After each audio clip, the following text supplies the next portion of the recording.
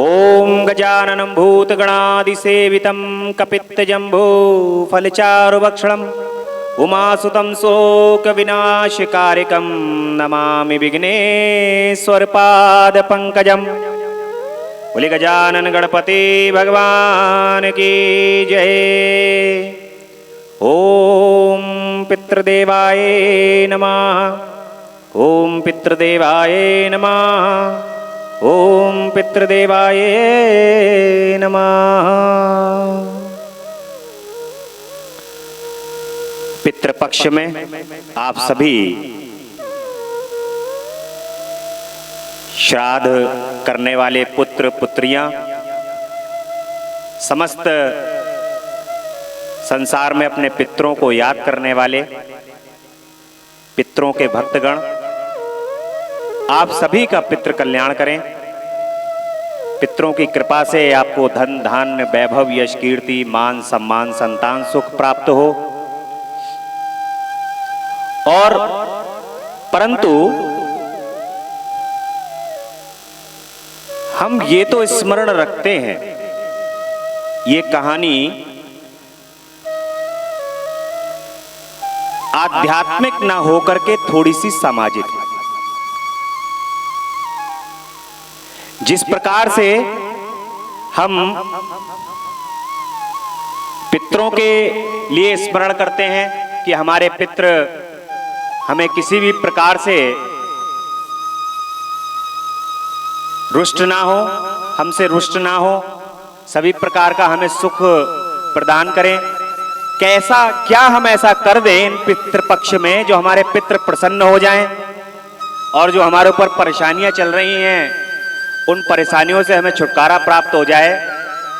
लेकिन कभी आपने स्मरण करा है कि जब जिन लोगों के माँ बाप जीवित अवस्था के अंदर होते हैं, क्या वो उस जीवित अवस्था के अंदर अपने माँ बापों की इस प्रकार से सेवा करते हैं, इस प्रकार से उनका आशीर्वाद लेने का क्या प्रयत्न करते हैं? यदि जीवित अवस्था में आप अपने माता पिता को प्रसन्न करके, उनकी सेवा करके, उनकी बातों पर चल के और जिस प्रकार से वो आपसे चाहते हैं उस प्रकार से यदि आप भी चलते हैं, उनकी बात को सुनते हैं, तो निश्चित तौर पे आपके जीवन के अंदर किसी भी प्रकार के दुख और तकलीफें नहीं रहेंगी। पितृपक्ष में हम ये देखते हैं कि क्या पसंद है, क्या पसंद था, क्या पसंद नहीं था, हमें वही भोजन बनवाना चाहिए अपने पितरों को। परंतु जब माता पिता इस संसार के अंदर नहीं होते हैं तब उस समय पर यह स्मरण जरूर होता है कि हमने उस समय पर हमने उनकी बात को नहीं माना। उनको उस समय पर हमें ये स्मरण आता है कि हम कितना बड़ा अपराध किया हमने कि जब वो जिस वक्त इस संसार के अंदर थे उस समय पर हमने उनकी बात को नहीं माना, उनका अनादर किया। एक कहानी मुझे याद आ रही है पितृपक्ष में। ये कहानी बताने का मेरा केवल और केवल यही औचित्य है कि जो लोग अपने माता पिता का सम्मान नहीं करते हैं उनको, और माता पिता को जीवित रहते हुए जिस प्रकार से वे अपने माता पिता का सम्मान नहीं कर रहे हैं, उनको श्राद्ध पक्ष करने का भी अधिकार नहीं।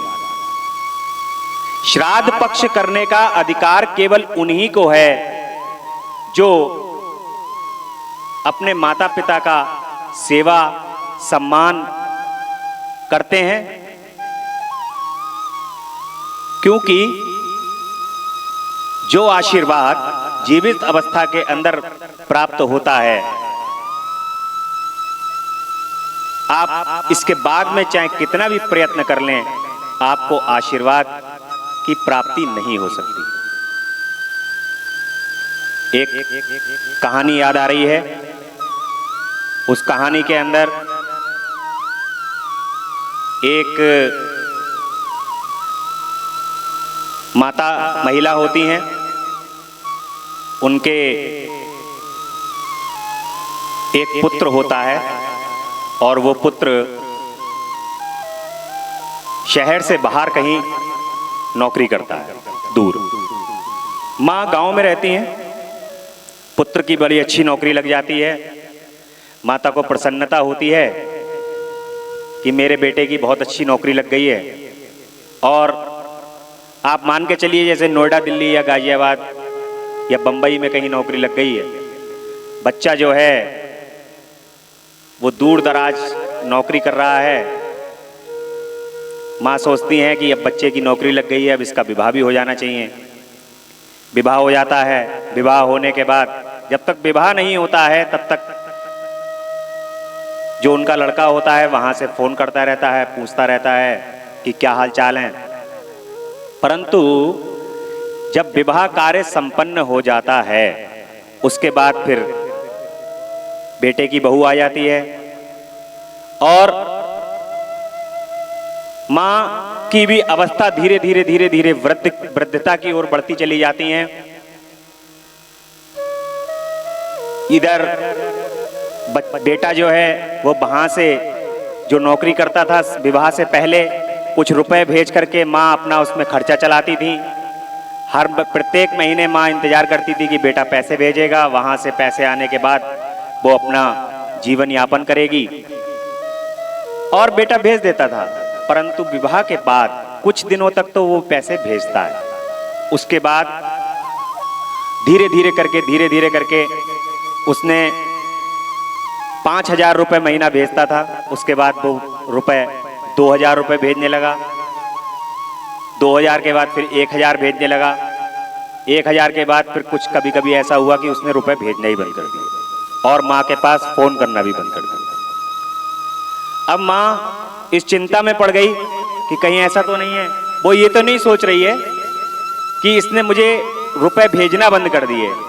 माँ ये सोच रही है कहीं ऐसा तो नहीं है कि मेरे बेटे की नौकरी खतरे में पड़ गई है क्या, या ये किसी परेशानी में पड़ गया है क्या, इस कारण तो कहीं ऐसा तो नहीं है। अब वो बार बार अपने बेटे से संपर्क करने की कोशिश करती है परंतु उससे संपर्क नहीं हो पा रहा है।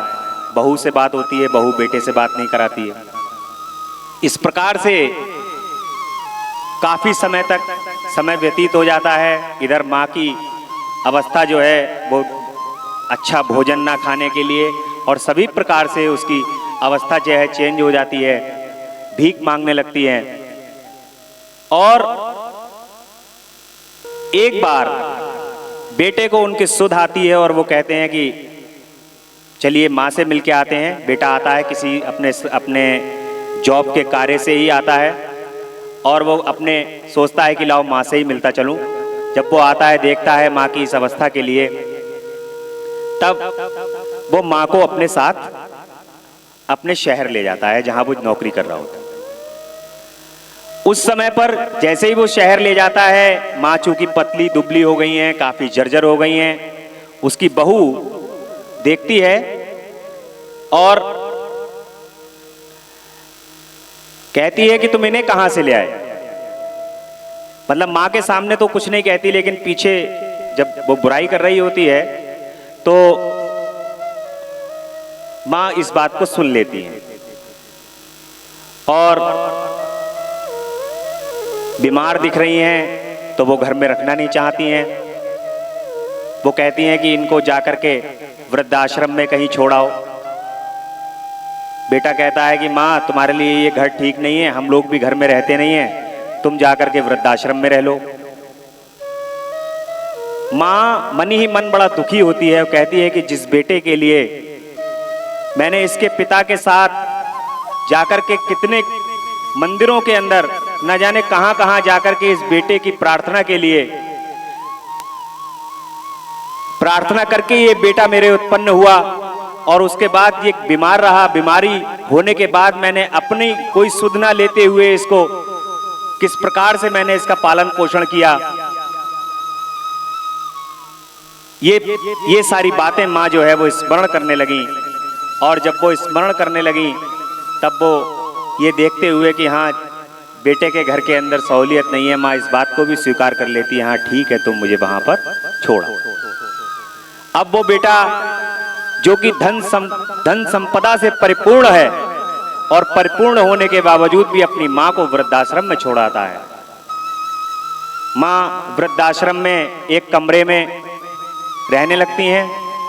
बेटे से कहती हैं कि बेटा तू आता रहना, मेरी मैं तुझे देखना चाहती हूँ, मुझे फ़ोन कर लिया कर, तू आते रहा कर।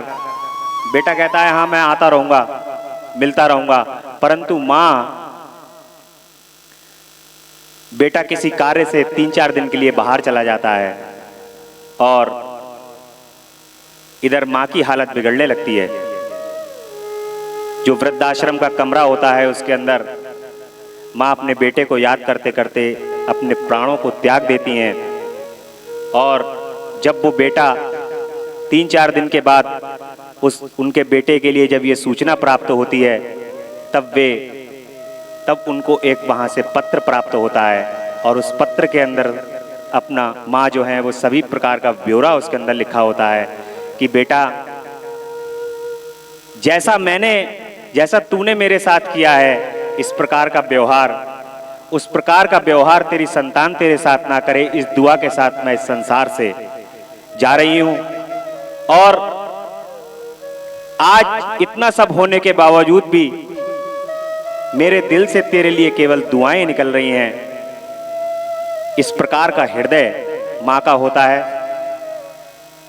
तो मैं पितृपक्ष में यही कहना चाहता हूं, इस कहानी के पीछे सुनाने का केवल और केवल एक यही उद्देश्य था कि आधुनिकता में, समाज के अंदर भागम भाग में और दिखावे के चक्कर में अपनी जमीन को मत भूलो, अपने माँ बाप को मत भूलो, माता पिता का पूर्णतया सम्मान करो।